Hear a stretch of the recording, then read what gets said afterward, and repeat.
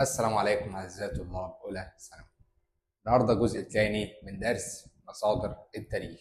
مصادر التاريخ، خلاص احنا الدرس اللي فات شرحنا المصادر الأولية والمصادر الثانوية. وقفنا المرة اللي فاتت عن درس جزء جديد اسمه، ركز معايا، الأستراقة. الأستراقة، خلاص. بس طبعا نسينا الدعاء: رب اشرح لي صدري ويسر لي أمري واحلل عقدة من لساني يفقهوا قولي. ما ننساش طبعا الدعاء لاهل غزه: اللهم كن عودا وسندا لهم يا رب العالمين، وانقذهم من البلاء اللي هم فيه، واشف جرحاهم واشف مرضاهم وارحم شهدائهم. اللهم امين يا رب العالمين. بسم الله والصلاه والسلام على سيدنا محمد اشرف الخلق عليه افضل الصلاه والسلام. الجزء بتاعنا النهارده مش هنطول، الحصه هتبقى حوالي ربع ساعه تلت ساعه. طب ليه يا مستر خليتها ربع ساعه وتلت ساعه؟ عشان مش عايز اطول عليك، انا مش عايز اطول عليك، ركز معايا. الأستراقة بيقول لك: كاسرات الفخار والأحجار المكتوب على إيه؟ مكتوب على الفخار والأحجار. مكتوب على فخار وأحجار. مين اللي كان بيكتبها؟ الطبقة العامة والوسطى. طب ليه يا مستر؟ مش قلت لك في الدرس اللي فات إن الورق البردي كان فيه صعوبة إن المصري القديم الطبقة العامة والوسطى يحصل عليه بسبب سعره الغالي؟ ده كان في سعر غالي. خلاص، يبقى دلوقتي استخدموا حاجه اسمها الأستراقة. بصوا كده معايا، ده شكل الأستراقة. شايف شكلها عامل ازاي؟ فخار على خشب، بيجيبوا حته مكسوره من الفخار على الخشب ويكتبوا فيها. يكتبوا حته مكسوره كده من الفخار والخشب كده، تلاقي حته خشب كده زمان، تلاقي النجار حته خشب قصاده مكسوره، راح كاتب القلم، جايب القلم وبيكتب عليها، صح ولا لا يا رجاله؟ ركز معايا. يبقى الأستراقة كانت معموله للطبقه العامه والطبقه الوسطى. طب ليه؟ ركز معايا. استخدمها كل من الطبقتين المتوسطه والفقيره للكتابه عليها، لانها ماده متوفره يسهل الحصول عليها وغير مكلفه، مش مكلفه زي ورق البردي، نظرا لصعوبه الحصول على ورق البردي. لذلك استخدمت في مختلف اشكال الحياه اليوميه زي تحرير الاصابات والخطابات والتدريب على الكتابه. كانوا بيكتبوا عليها، بيحرروا اصالات، بيعملوا خطابات، كانوا بيكتبوا اي حاجه للمصري القديم الفقير او في الطبقه الوسطى كان بيستخدمها علشان يكتب حياته اليوميه عليها. كان بيستخدمها علشان يكتب حياته اليوميه عليها. خلاص، غير الورق البردي كان بيستخدم في المدارس، المعابد، الوثائق المهمه اللي كان بيكتبها الملوك، صح ولا لا؟ عرفت ليه ايه الفرق بين الاستراقه وايه الفرق بين الورق البردي؟ الاستراقه للطبقه الوسطى والطبقه العامه، الورق البردي للطبقه العليا. نبتدي نحل السؤال ده. بيقول لك يصف دور الأستراقة كأحد مصادر دراسة التاريخ عن أي مصدر تاني بأنها معبرة عن تقدم المصري القديم في الفنون. والله هي تنفع، ما نقدرش نقول غلط، تمام؟ فدي تنفع، بس نعلم عليها علامات صح كده. وثيقة تحدد أهم الأسر الحاكمة على الغلط. الأدق في التاريخ في التاريخ للأحداث السياسية، لا غلط. احنا قلنا الأحداث السياسية ليه؟ ما تنفعش. مؤشرا واضحا عن الأوضاع الاجتماعية، تنفع مؤشرا واضحا. الأدق ألف ولا ب؟ الأدق عندي ب. طب ليه يا مستر؟ مش قلت لك كان في فرق بين الطبقة الاجتماعية، فرق بين الطبقة الاجتماعية العليا والوسطى؟ كان في فرق بين الطبقة الاجتماعية العليا والوسطى. أيوه يا مستر، كانت مؤشرا واضحا للأوضاع الاجتماعية. الطبقة العامة كانوا بيدوروا على أي حتة خشب والطبقة الوسطى يكتبوا عليها، أو أي حتة فخار. طب نخش على آخر جزء معايا في المصادر الأولية. ركز معايا، آخر حاجة معايا اسمها النقود. النقود والمسكوكات. اسمها إيه؟ النقود والمسكوكات. قطعة معدنية. طبعا يعني محدش يعرف عن ايه نقود، يعني كل حد، مفيش اي حد ما يعرفش عن ايه كلمة نقود. قطعة معدنية، فلوس، مسكوكات، فلوس الناس بتتعامل بينها وما بين بعض. قطعة معدنية تحمل ختما عن السلطة العامة لضمان وزنها ودرجة نقائها. طب ركز معايا في الكلام اللي انا هقوله ده. شايف الصور عاملة ازاي؟ حط مثلا صورة ملك، حطت صورة البومة هنا. ركز معايا، بقول لك للنقود والمسكوكات ثلاث أهداف ومهام. أول مهمة معايا الحالة الاقتصادية والحالة الحالة الاقتصادية والحالة السياسية. الحالة الاقتصادية مهمتها ايه؟ من خلال نوع المعادن المصنوع منها العملة. يعني من الحالة الاقتصادية نقدر نحدد المعدن المنتشر في الأسرة. يعني مثلا يقول لك معدن الذهب ولا معدن الفضة ولا معدن ايه منتشر في الأسرة الثالثة، منتشر في الأسرة الرابعة، بنقدر نحدد هل يا ترى مثلا العملة دي كانت معمولة من الذهب، يبقى كانت الحالة الاقتصادية بتاعتهم كويسة. العملة دي كانت معمولة من الفضة، يبقى الحالة الاقتصادية بتاعتهم متوسطة. نقدر نحدد الحالة الاقتصادية.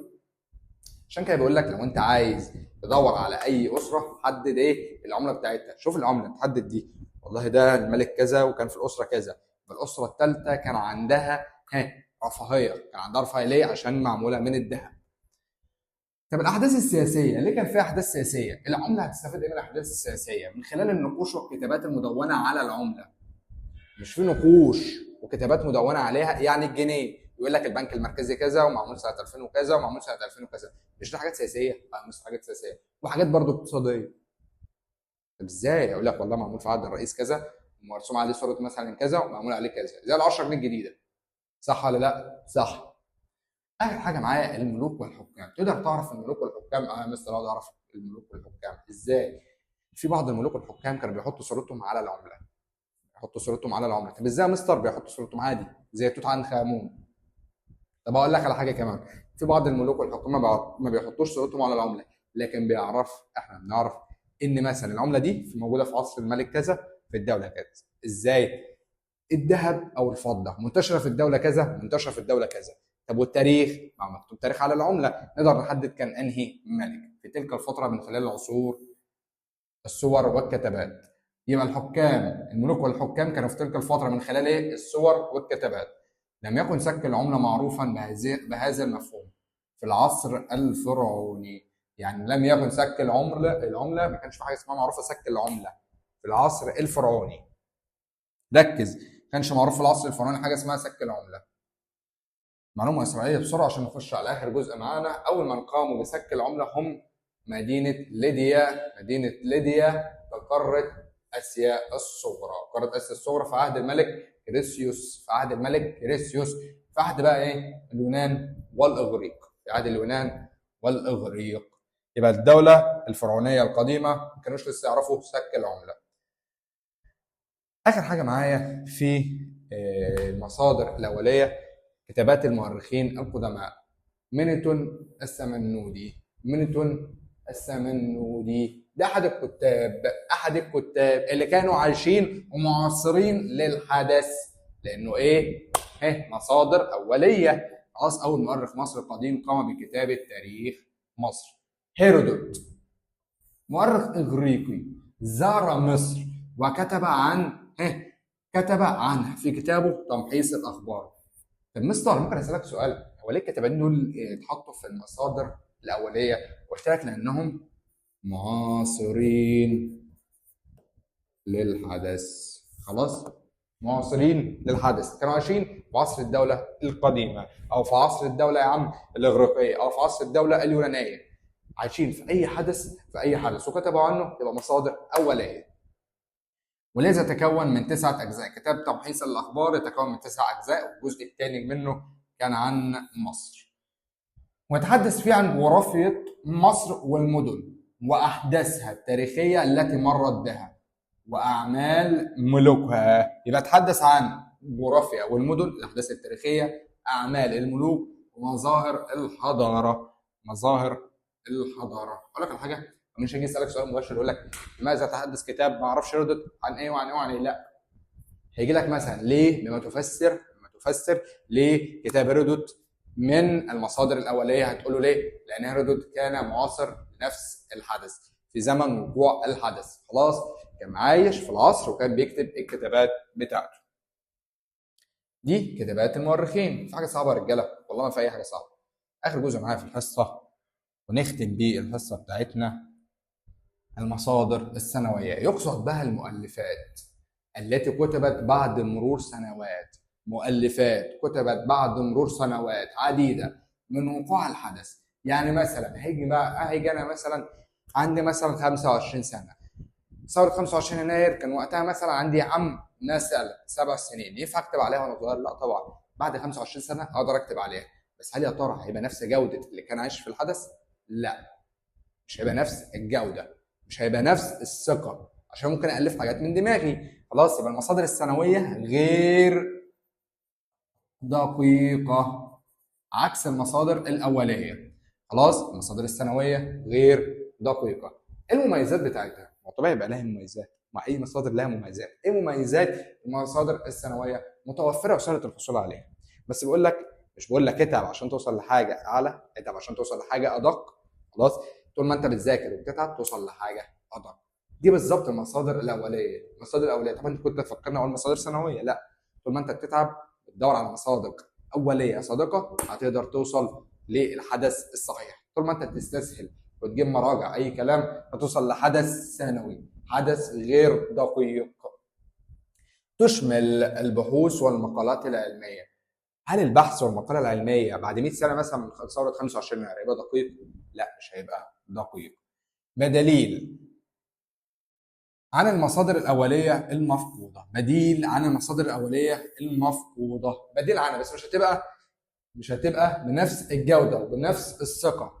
وفي كتابات الفلاسفة والشعراء والأساطير، من أمثلتهم كتابة الفلاسفة سقراط وأفلاطون وأرسطو. سقراط وأفلاطون وأرسطو. سقراط وأفلاطون وأرسطو. وفي عندي حاجة اسمها كتابات الشعراء. في بعض الشعراء كتبوا برضه شعر عن التاريخ، بس كتبوا بعد 100 سنة، بعد سنين، بعد سنين من وقوع الحدث.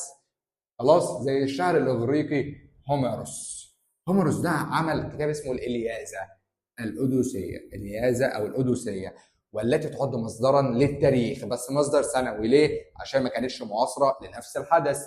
خلاص، تعد مصدرا تاريخيا للمعلومات السياسية والاقتصادية والحضارية، بس مصدر سنوي غير معاصر لنفس الحدث. بعيد عليها عشان تركز معايا.